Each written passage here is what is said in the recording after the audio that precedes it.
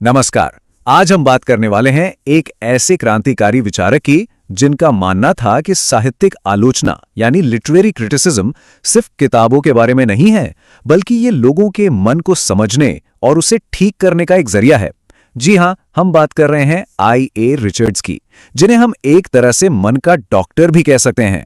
चलिए इस पूरी बात को समझने की शुरुआत करते हैं रिचर्ड्स के ही एक बहुत गहरे विचार से। ये जो लाइन है ये उनके पूरे फलसफे की, उनकी पूरी फिलॉसफी की नींव है कि आखिर कला का, आर्ट का असली मकसद क्या है। देखिए, रिचर्ड्स जब आए उससे पहले लिटरेरी क्रिटिसिज्म का हाल बहुत अच्छा नहीं था। वो एक तरह की उलझी हुई फील्ड थी और उन्हें यह साफ साफ दिखा कि यहाँ एक बहुत बड़ी गड़बड़ है जिसे ठीक करना ही होगा। रिचर्ड्स ने अपने समय की आलोचना को कैसा बताया पता है? उन्होंने कहा कि ये तो एक जंगल है, अस्पष्टता और अंधविश्वास का जंगल, जहां हर कोई बस अपने अंदाजे लगा रहा है, अपनी मनमर्जी की बातें कर रहा है और भारी भरकम शब्द इस्तेमाल कर रहा है जिसका कोई मतलब नहीं। और इस जंगल को साफ करना बहुत जरूरी था। यहाँ मजेदार बात यह है कि वो अपने से पहले के बड़े बड़े आलोचकों को सीधे सीधे चैलेंज कर रहे थे। उन्होंने साफ कह दिया कि ये जो पुराना काम है ये सब तो बस अंदाजे हैं, कोरी कल्पनाएं हैं, इसमें कोई साइंस नहीं है, कोई क्लैरिटी नहीं है। और ये तस्वीर उनके इरादे को बिल्कुल साफ करती है। वो साइकोलॉजी को एक औजार की तरह इस्तेमाल करना चाहते थे। उनका मकसद था कि आलोचना के इस धुएं के घर को हटाकर एक ऐसी पक्की और साफ सुथरी व्यवस्था बनाई जाए जो गणित की तरह सटीक हो। तो ठीक है, अगर पुराना तरीका गड़बड़ था तो फिर रिचर्ड्स का सॉल्यूशन क्या था? इसका जवाब एक बहुत ही बुनियादी सवाल से शुरू होता है कि आखिर कला का मकसद क्या है। रिचर्ड्स का मानना था कि आलोचना की दुनिया को सुधारने से पहले हमें इस सवाल का जवाब देना ही होगा कि एक कविता आखिरकार किस काम आती है, उसकी असली वैल्यू क्या है। उस जमाने में कला के लिए यानी आर्ट फॉर आर्ट सेक का विचार बहुत चलता था। रिचर्ड्स ने इसे पूरी तरह नकार दिया। उन्होंने जोर देकर कहा कि नहीं, कला का हमारी जिंदगी में एक बहुत ही जरूरी रोल होना चाहिए। और यहीं पर उनका मशहूर थ्योरी ऑफ वैल्यू या मूल्य सिद्धांत आता है। सीधी सी बात है, कोई कविता कितनी अच्छी है ये इस बात पर निर्भर करता है कि वो हमारे मन के अंदर चल रही खींचतान को, हमारे अलग अलग इमोशंस को कितना शांत कर पाती है, कितना बैलेंस कर पाती है। एक अच्छी कविता मन के लिए एक दवा की तरह है। जरा सोचिए, वो औद्योगिक क्रांति का दौर था, नई नई टेक्नोलॉजी आ रही थी, लोगों की इच्छाएं बदल रही थीं, चिंताएं बढ़ रही थीं। ऐसे में रिचर्ड्स ने कविता को एक बेहद जरूरी टूल की तरह देखा, एक ऐसा टूल जो हमारे बिगड़े हुए दिमागी संतुलन को वापस पटरी पर ला सकता है। चलिए अब कहानी को थोड़ा और आगे बढ़ाते हैं। अगर कविता की वैल्यू दिमागी सुकून देने में है तो सवाल ये उठता है कि ये सुकून, ये अनुभव एक कवि से एक पढ़ने वाले तक पहुंचता कैसे है। इसका जवाब है रिचर्ड्स की थ्योरी ऑफ कम्युनिकेशन यानी संप्रेषण का सिद्धांत। इसके मुताबिक कला एक प्रोसेस है, एक ऐसा प्रोसेस जिसके जरिए कलाकार का जो मानसिक अनुभव है, जो बैलेंस स्टेट ऑफ माइंड है, वो पढ़ने वाले तक हूबहू पहुंच जाता है। और कविता उतनी ही सफल है जितना परफेक्ट ये कम्युनिकेशन होता है।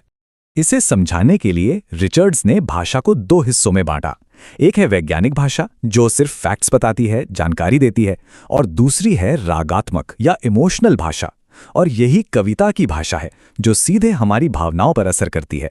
लेकिन ये रागात्मक भाषा काम कैसे करती है, इसको समझने के लिए रिचर्ड्स ने अर्थ यानी मीनिंग को 4 लेवल्स में देखा। पहला है सेंस यानी शब्दों का सीधा मतलब, दूसरा फीलिंग यानी उन शब्दों से जुड़ी भावना, तीसरा टोन यानी लिखने वाले का पढ़ने वाले के प्रति रवैया, और चौथा इंटेंशन यानी लेखक का मकसद। जब ये चारों चीजें मिलकर काम करती हैं तब जाकर पूरा असर पैदा होता है। तो आखिर इन सब क्रांतिकारी आइडियाज का नतीजा क्या निकला? रिचर्ड्स ने सिर्फ पुरानी बातों को काटा नहीं, बल्कि उन्होंने आने वाले समय के लिए एक मजबूत नींव भी रखी। उनके काम, खासतौर पर 1920 के दशक में आई उनकी किताबों ने अमेरिका में न्यू क्रिटिसिज्म नाम के एक बहुत बड़े आंदोलन को जन्म दिया। ये एक ऐसा आंदोलन था जिसने दशकों तक साहित्य की दुनिया पर राज किया। तो कुल मिलाकर उनकी विरासत बहुत बड़ी है। उन्होंने पूरा फोकस लेखक की जिंदगी से हटाकर कविता के शब्दों पर ला दिया। उन्होंने आलोचना को एक नई वैज्ञानिक भाषा दी, और सबसे बड़ी बात, उन्होंने हमें भाषा और अर्थ को तौलने का, उसे एनालाइज करने का एक सिस्टमैटिक तरीका दिया। यहां तक कि रामचंद्र शुक्ल जैसे भारतीय आलोचकों पर भी उनका असर दिखता है। और ये सब हमें एक आखिरी और बहुत जरूरी सवाल पर लाकर खड़ा करता है। आज की दुनिया में जहां चारों तरफ डिजिटल शोर है, ध्यान भटकाने वाली हजारों चीजें हैं, क्या ऐसे में कविता की सुकून देने वाली ताकत के बारे में रिचर्ड्स के 100 साल पुराने विचार पहले से भी कहीं ज्यादा जरूरी नहीं हो गए? नमस्कार, आज हम एक बहुत ही गहरे और दिलचस्प सवाल में उतरने वाले हैं। सवाल ये है कि कला आखिर हमसे बात कैसे करती है। आई रिचर्ड्स के नजरिए से हम ये समझने की कोशिश करेंगे कि एक आर्टिस्ट का तजुर्बा उसके मन से निकलकर हम तक पहुंचता कैसे है। तो असल सवाल यही है। सोचिए, जब हम कोई कविता पढ़ते हैं या कोई पेंटिंग देखते हैं तो असल में हो क्या रहा होता है। वो जो एहसास है, वो तजुर्बा एक दिमाग से दूसरे दिमाग तक सफर कैसे करता है। यही वो पहेली है जिसे आज हम मिलकर सुलझाने वाले हैं। इस रहस्य को समझने के लिए ये रहा हमारा आज का रोड मैप। हम सबसे पहले मूल सवाल को पकड़ेंगे, फिर रिचर्ड्स के आइडिया को समझेंगे, कुछ पुरानी गलतफहमियों को दूर करेंगे और फिर देखेंगे कि ये सब असल में होता कैसे है। और हाँ, आखिर में इस मजेदार पहेली को भी सुलझाएंगे कि क्यों कुछ बुरी कला इतनी पॉपुलर हो जाती है। तो चलिए शुरू करते हैं। तो चलिए हमारे पहले पड़ाव से शुरू करते हैं। मूल सवाल, आखिर ये कम्युनिकेशन या संप्रेषण होता क्या है? ये सोचना ही अपने आप में कमाल है कि एक इंसान का अनुभव दूसरे इंसान तक पहुंच सकता है। यही वो रहस्य है जहां से हमारी सारी बातचीत शुरू होती है। अच्छा, तो चलिए इसे थोड़ा गहराई से समझते हैं। आइए, रिचर्ड्स कहते हैं कि कम्युनिकेशन का मतलब ये नहीं है कि कोई ख्याल एक दिमाग से कॉपी होकर दूसरे में पेस्ट हो गया। नहीं, इसका मतलब है एक जैसा अनुभव पैदा करना। मतलब जब कोई आर्टिस्ट कुछ महसूस करके अपनी कला बनाता है तो हमारे मन में भी उसी के जैसा एक अनुभव पैदा होता है। बिल्कुल वैसा ही नहीं, पर उससे मिलता जुलता। और देखिए, यही बात इस कोट में कितनी खूबसूरती से कही गई है। रिचर्ड साफ कह रहे हैं कि मकसद दो मनों का एक हो जाना नहीं, बल्कि उनके बीच एक तालमेल बिठाना है। अनुभव में एक जैसी समानता लाना है। सोचिए, जैसे दो अलग अलग गिटार पर एक ही धुन बज रही हो। आवाजें अलग हैं पर संगीत एक है। चलिए अब आते हैं हमारे दूसरे हिस्से पर। अपना सिद्धांत देने से पहले रिचर्ड्स के लिए जरूरी था कि वो कुछ पुरानी रहस्यमयी बातों को रास्ते से हटाएं। वो कहते थे कि जब तक हम इन 3 बड़े मिथकों को नहीं नकारते, हम असलियत तक पहुंच ही नहीं सकते। पहला और सबसे आम मिथक तो ये था कि अनुभव कोई चीज है जिसे एक दिमाग से निकालकर दूसरे में डाल दिया जाता है। रिचर्ड्स ने इसे सिरे से खारिज कर दिया। उनका सीधा कहना था, ऐसा कुछ भी नहीं होता। अनुभव कोई चिट्ठी नहीं है जिसे एक पते से दूसरे पर भेज दिया जाए। दूसरी धारणा थोड़ी और रहस्यमयी थी। कुछ लोगों का मानना था कि कोई दैवीय शक्ति है जो एक ही वक्त पर कलाकार और दर्शक दोनों के मन पर छा जाती है। रिचर्ड्स ने कहा, भाई ये तो विज्ञान नहीं, जादू टोने वाली बात हो गई। वो इसके लिए एक तार्किक, एक साइंटिफिक जवाब ढूंढ रहे थे। और तीसरा मिथक था माइंड मेल्ट का, यानी एक मन का दूसरे में घुल मिल जाना। ये आइडिया भी रिचर्ड को काल्पनिक लगा, जिसे साबित करना नामुमकिन था। वो तो एक ऐसी थ्योरी चाहते थे जो प्रैक्टिकल हो, जिसे हम असल जिंदगी में देख और समझ सकें। तो इन तीनों मिथकों को तोड़कर रिचर्ड्स ने एक बहुत बड़ा काम किया। उन्होंने कला की समझ को रहस्यवाद के बादलों से निकालकर तर्क और विज्ञान की ठोस जमीन पर ला खड़ा किया। उन्होंने एक मॉडर्न थ्योरी के लिए रास्ता बिल्कुल साफ कर दिया। तो चलिए अब तीसरे हिस्से पर आते हैं। पुरानी बातें तो सब गलत साबित हो गईं, तो फिर सही क्या है? रिचर्ड्स के हिसाब से ये प्रोसेस असल में काम कैसे करता है, इसको समझाने के लिए उन्होंने एक बड़ा ही सरल सा उदाहरण दिया है। मान लीजिए 2 दोस्त हैं, क और ख, दोनों साथ में एक जज को गुजरते हुए देखते हैं। क कहता है, देखो चीफ जस्टिस। ख फौरन समझ जाता है। कम्युनिकेशन एकदम आसान, क्योंकि अनुभव साझा है। पर अब सोचिए, अगर क ने जज को अकेले देखा होता तो अब उसे ख को बताने के लिए शब्दों का सहारा लेना पड़ेगा। अब बात इस पर आ जाएगी कि क कितना अच्छा बताता है और ख को जज के बारे में पहले से कितना पता है। बस यहीं से कम्युनिकेशन मुश्किल होने लगता है, क्योंकि अब ये पुरानी यादों और साझे अनुभवों पर टिक गया है। तो इस मुश्किल प्रक्रिया को सफल बनाने के लिए कुछ शर्तें हैं। पहली, कलाकार का अनुभव गहरा और असरदार होना चाहिए।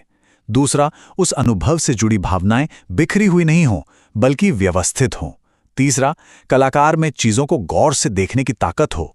और सबसे जरूरी, कलाकार और दर्शक के अनुभवों के बीच कोई तो कॉमन ग्राउंड, कोई तो तालमेल होना ही चाहिए। अब आते हैं चौथे हिस्से पर। इस पूरी कहानी के 2 सबसे अहम किरदार हैं। एक जो कला बनाता है यानी कलाकार, और दूसरा जो उसे ग्रहण करता है यानी हम और आप, दर्शक। और यहाँ एक बहुत मजेदार बात है। रिचर्ड्स के हिसाब से एक अच्छा दर्शक होने के लिए कोई डिग्री नहीं चाहिए, बल्कि कुछ इंसानी गुण चाहिए, जैसे नई चीजों को समझने का साहस, अच्छी नीयत, कम अहंकार, ईमानदारी और सहनशीलता। मतलब कला को समझना भी एक बहुत ही एक्टिव और इंसानी काम है। और कलाकार की सबसे बड़ी ताकत क्या है? रिचर्ड्स कहते हैं कि उसकी महानता सिर्फ नए अनुभव करने में नहीं, बल्कि अपने पुराने अनुभवों तक आसानी से पहुंचने और उन्हें नए तरीकों से जोड़ने की काबिलियत में है। लेकिन यहाँ एक चेतावनी भी है। रिचर्ड्स कहते हैं कि इसका मतलब ये नहीं कि कलाकार पर यादों का सैलाब आ जाए। अगर किसी को अपना पूरा अतीत एक साथ याद आने लगे तो वो शायद पागल हो जाएगा। कलाकार का अपनी यादों पर एक कंट्रोल होता है। वो चुनता है कि उसे कब कौन सा अनुभव इस्तेमाल करना है। और अब हम आते हैं अपने आखिरी और शायद सबसे दिलचस्प सवाल पर। अगर अच्छी कला इतनी गहरी चीज़ है, तो फिर कुछ ऐसी कला जिसे क्रिटिक्स अच्छा नहीं मानते, वो इतनी पॉपुलर कैसे हो जाती है? देखिए, इस पहेली को सुलझाने के लिए रिचर्ड्स दो तरह की खराब कला में फर्क करते हैं। एक है त्रुटिपूर्ण कला, जिसमें अनुभव तो कीमती है पर कलाकार उसे ठीक से बता नहीं पाया। और दूसरी है बुरी कला, जिसमें कम्युनिकेशन तो एकदम सफल है, पर जो अनुभव दिया जा रहा है वो खुद ही बहुत हल्का या बेकार है। पॉपुलर आर्ट अक्सर इसी दूसरी कैटेगरी में आती है। वो सफल इसलिए होती है क्योंकि वो हमारी स्टॉक रिस्पॉन्स यानी बनी बनाई आसान भावनाओं को निशाना बनाती है। ऐसी कला हमें कोई चुनौती नहीं देती, बस वही एहसास दिलाती है जो हमें पहले से पता है। और इस उदाहरण से ये बात बिल्कुल साफ हो जाती है। मान लीजिए कोई पाठक एक आसान पॉपुलर नॉवेल से शुरुआत करता है। उसे वो बहुत अच्छा लगता है, लेकिन फिर वो कोई गहरी और मुश्किल किताब पढ़ता है।